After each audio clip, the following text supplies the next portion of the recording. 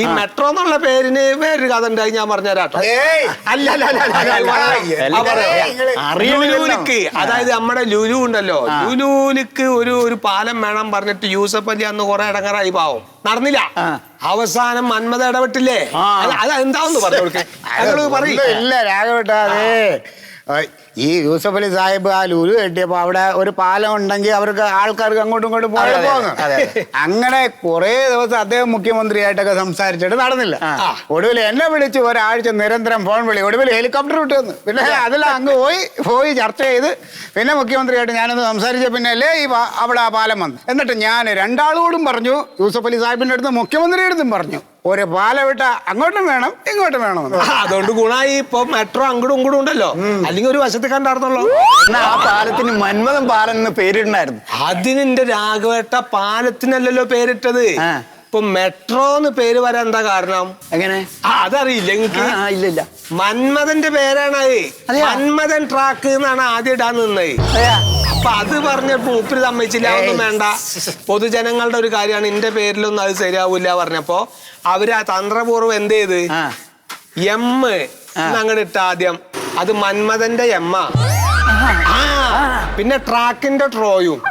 അങ്ങനെയാണ് മെട്രോ എന്ന് പേര് വന്നത്. ഇത് സൂപ്പറാണ് മുതലേ.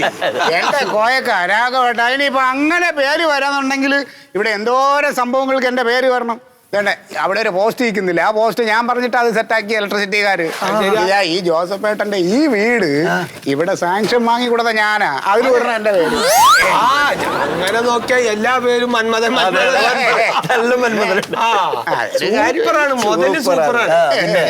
മൂപ്പര അനുവാദം ഇല്ലാണ്ട്, മൂപ്പര് ഇടപെടാണ്ട് ചെയ്തൊരു പാലാണ് നമ്മുടെ പാലാരിവട്ടം പാലം. വീണില്ലേ? അത് വീണിട്ട് മുമ്പ് മൂപ്പര് പറഞ്ഞു വീടുന്നില്ല. ഞാൻ അന്നേ അത് പണിയാൻ വന്ന ആ എഞ്ചിനീയറോട് ഞാൻ പറഞ്ഞു, നിങ്ങൾ ഉദ്ദേശിക്കുന്നത് നല്ല തൂണിടേണ്ടത്, ഞാൻ പറയേണ്ടത് തൂണിടരുത്. അപ്പൊ കേട്ടില്ല, പോയി. ഇപ്പൊ വണ്ടി ഓടണ അങ്ങനെ അതിൽ ഇടപെട്ട് ആ തൂണൊന്ന് അങ്ങോട്ട് മാറ്റി ഈ തൂണൊന്ന് ഇങ്ങോട്ട് മാറ്റി 2 വാക്കേ പറഞ്ഞോളൂ, സംഭവം റെഡി ആയിപ്പോ ആ വണ്ടി ഓടുന്നു. അത്ര ഉണ്ടേ. എന്റെ കോയക്ക, ഞാൻ വേറൊരു കാര്യം ആലോചിക്കുക. ഈ ആൾക്കാരുടെ കയ്യിൽ പൈസയും സൗകര്യവും പദവിയൊക്കെ ഉണ്ടെങ്കിലും നമ്മളെ നാട്ടിലെ നാടൻ ഭക്ഷണം കഴിക്കാനുള്ള ഒരു പൂതിയെ അതുണ്ട്. ഒരാഴ്ച കൊണ്ട് വിളിച്ചോണ്ടിരിക്കുക.